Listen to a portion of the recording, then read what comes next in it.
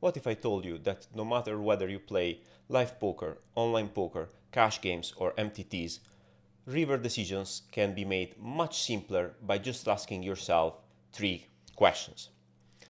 And the most common mistake people usually make is that they start with their hand without evaluating ranges and how they got there in the first place. Question number one is, what does my range look like? In particular, it's important to understand also how we got to the river, which nutted hands we have, how many medium strength hands we have, is our range capped, uncapped, which hands are natural bluffs. And this is important whether you are on the aggressor side or on the defender side. Same goes for question number two. What does villain's range look like? Again, you have to identify how their range looks like, whether they have potential traps, they have a lot of bluff catchers or medium strength hands, they have a ton of missed draws, they have hands that never fold. This again goes both when you are the one attacking and both when you are the one defending. And question number three is, what is the target? Again, this goes both ways. We need to identify which part of the range is being targeted.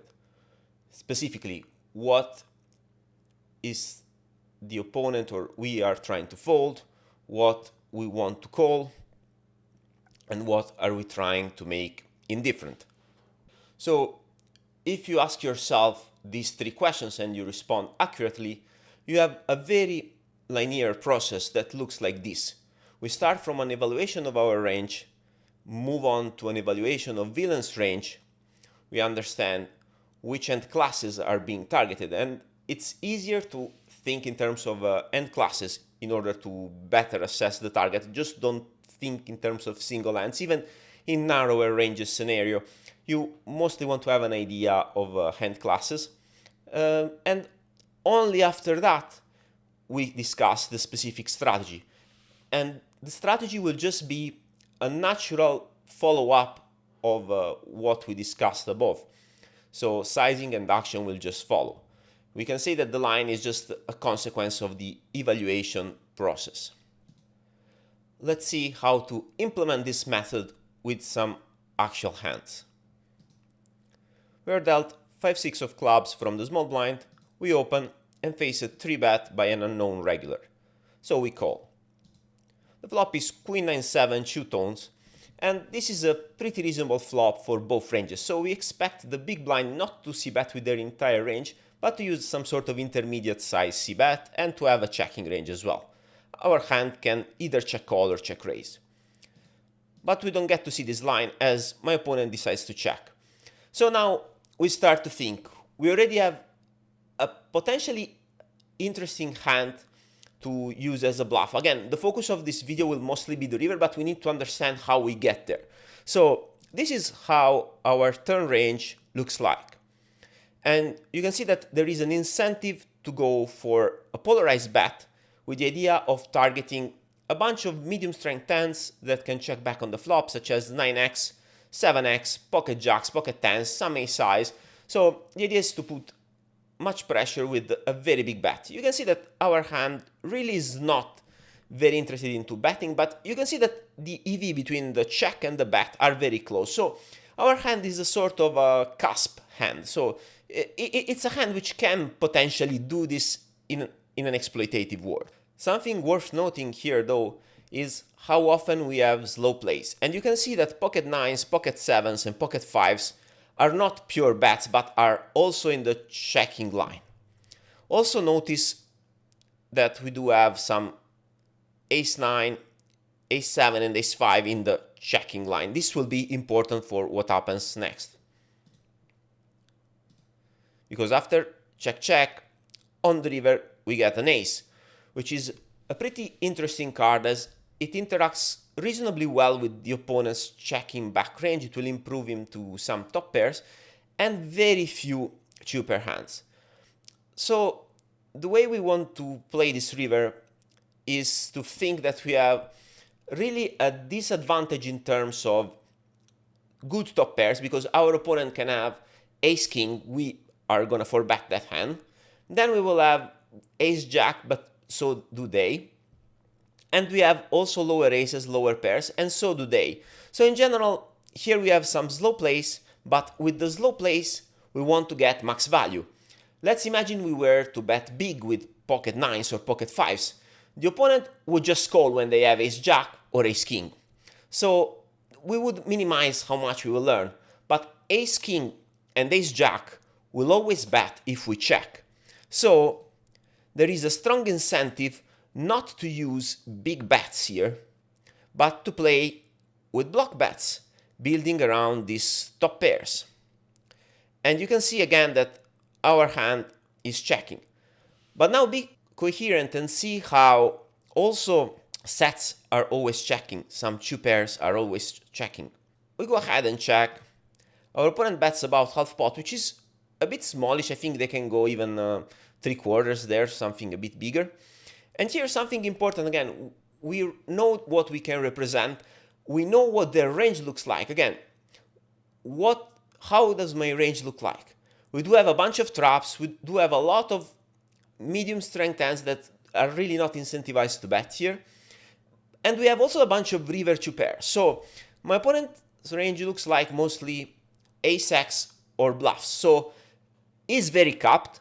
He can have a bunch of two pairs, specifically this ace-5 suited, and having the 5 of clubs is great because we do block ace-5 of clubs, while ace-5 of spades very likely is betting either on the flop or on the turn. Here we want to have a very polarized raising size. We want to go all in. And our hand is a great candidate to do that. You can see that it's basically a close to pure play. And again, this is balanced by the fact that we have some river two pairs and sets which are slow played and play like that. The same logic applies with some 8-7 suited, 6-7 suited that slow played before, and also 5-4 of clubs can take this line. And we can see that that's the response of our opponent. They basically don't have hands which are in good place except the river offsuited ace-7 and the river ace-5, which even that is indifferent because we are not shoving worse hands than ace-5 ourselves. So this hand is just a value catcher, while ace-king and ace-jack are purely bluff catchers. My opponent doesn't think it too much and decides to snap me off, showing ace-jack, and wins a big pot. Was our hand poorly played? No. First of all, we're playing against an unknown, so we don't know how they're going to respond. Then we play the line, which is coherent with what we're representing and is based on a read of what villain's range looks like and what we're targeting. In general, you will see that these all-in bets are very effective when villain is capped and dancing medium strength hands. But this doesn't guarantee that the bluff will work because villain may still be stubborn and call anyway. This means just that your value bets will print money there. So make sure that you're not doing this line only as a bluff, but you put also your value, of course. Next hand, we open Jack-5 suited from the button and face a call by a pretty strong reg. Flop is ace-4-3, and these boards are not the best for our range. We want to use a small bet and not do a ton of betting. You can see that even hands such as ace-king, ace-queen, ace-jack are really not willing to put a ton of money into the pot. Our hand, of course, is a reasonable candidate to bet. And in this case, I decide to go for the aggressive line. Something very important to note is that villain is not supposed to fast play all of his strong hands, and the strong regular knows that. So keep this in mind and see, for example, how two pairs are mostly a pure call and even sets are not a pure raise. This is important considering how the hand develops on later streets. But the reason why these hands don't raise that much is that we are not betting ace-queen plus 100% of the time, in which case those hands would be a very reasonable candidates to be pure or very high frequency check raises. So our range is sort of, I cannot say purely polarized, but it looks kind of it's hard to have a strong target when you have two pairs from villain's side if they expect us to see bet in an appropriate way there. In any case, villain just calls here. The turn is the 10 of hearts, which is a great turn. And here we can just play with an overbet, and our hand is a pure bet. And important to see how basically we play ace-jack plus like that. And ace-4 also starts to get close, because again, it's a very strong hand, but there are a bunch of rivers where we will not have 3 streets of value. And you can see basically our hand and the queen 5 suited and the other 5 X's are very high frequency plays. Important to note that if villain slow played on the flop, is very likely to keep slow playing on this turn, because again, here there is not a huge incentive to raise. So now we need to focus on the target of this bet and see that there might be also some differences. So some players might just fold and overfold this section of king jack, king queen offsuit, queen jack offsuit. Those hands call with low to medium low frequency because they can still make the nuts. And let's say if we get a river Broadway, we're very likely to go all in over bet, because it's almost impossible for them to have anything better than ace 10. So ace 10 plus is a very good hand to go all in on such rivers. But keep also noting how they start to fold hands like ace 9, ace 8. So some players might actually do this in reverse and fold more often with those hands and pure call an ace on the turn and evaluate what to do on the river. Anyway, villain calls, river is the 9, they check. And here, again, how does our range look like? We have a lot of big aces, we have two pairs, we have sets, and we have, of course, a bunch of bluffs. How does villain's range look like? Again, they have a lot of two pairs, because ace 10 is always calling on the flop, always calling on the turn. Same goes for ace 9. By the way, they have more two pairs than us right now, because they would have ace 9. Maybe they have it pure if they didn't start folding it on the turn, which is very possible. And we don't have that because we are betting ace-jack plus on this river. So if we start to think what we want to do with our range, we might think, well, we have ace-king and ace-queen, which are still ahead of their range. But the problem is that villain can start to turn some pairs into a bluff and make us miserable if we start to value bet so thin there. So our range is really incentivized to bet super polarized. And you can see here that the solver uses this intermediate bet, but mostly it's built around ace 4. So even ace 4 is not strong enough to go for stacks. And mostly we want to play it as all-ins. You can see that small overbets are not even taken in consideration. And ace-king, ace-queen just pure check. You might see that also our hand pure checks. And that is actually what I did in practice. Because what I'm thinking is, villain's range is uncapped, they have a lot of two pairs, and here if I go all in, which is what I want to do with my value range, villain just needs to call two pairs. They don't have to find any hard calls, and again, it's very easy for them to have all these two pairs. Again, they can even have a bit more ace 9 in their range, they can even have a bit less king queen, king jack, so fold equity might even be lower. Plus, if we think about it, what are we trying to fold? You can see that villain has ace-jack offsuit, but ace-queen offsuit is very likely a 3-bet. Queen 5 suited is a better bluffing candidate than jack 5 suited, because with jack 5 suited, we do block pocket 5s, we do block ace 5, we do block 4-5 suited, we do block ace-jack, which are all hands that basically have to fold 100% of the time. So our hand is just blocking folds. It's true we do not have showdown value, but if we check and we never win, it's still better than bluffing and losing more than 0. So 0 is better than losing something, let's say. DV of the check here is basically 0.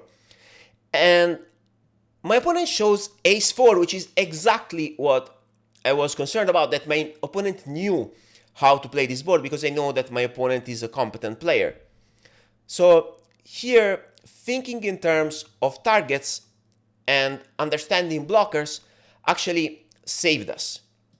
And again, in this spot, our hand can really look tempting as a bluff, because you think, okay, if we don't bluff this hand, what are we going to bluff? But you have to think about, first of all, how much fold equity do we expect to have?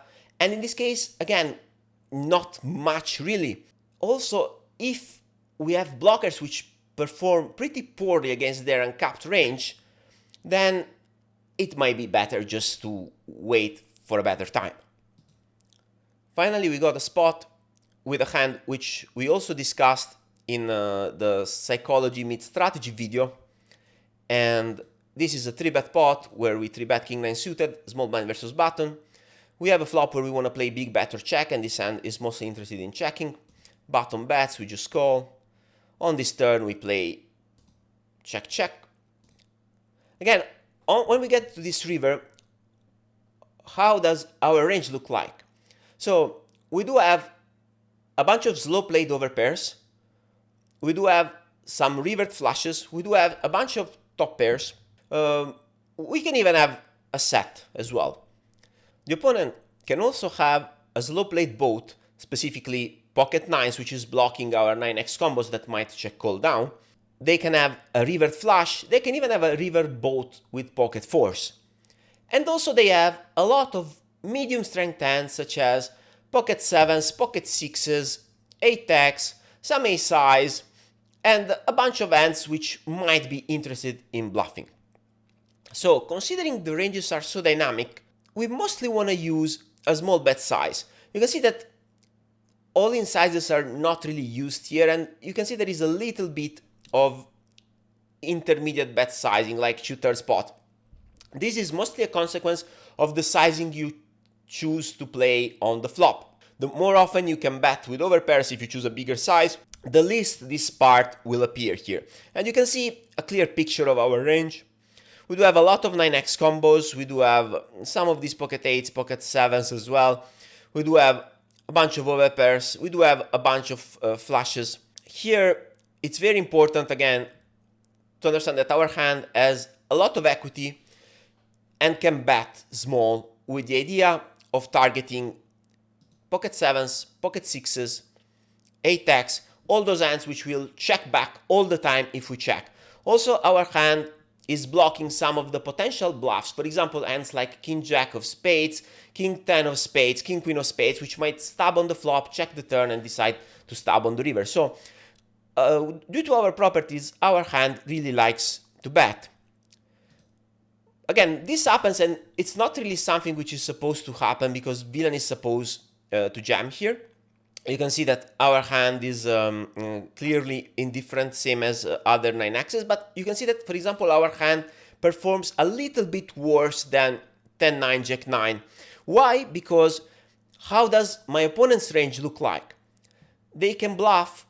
Again, they have this low place with boats, as you can see, pocket 9s, pocket 8s.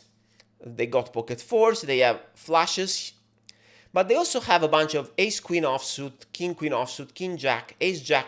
So having the king is blocking a little bit of bluffs, mostly from the king-queen and the king-jack region, spade and the diamond kicker, basically, king of spade, diamond kicker.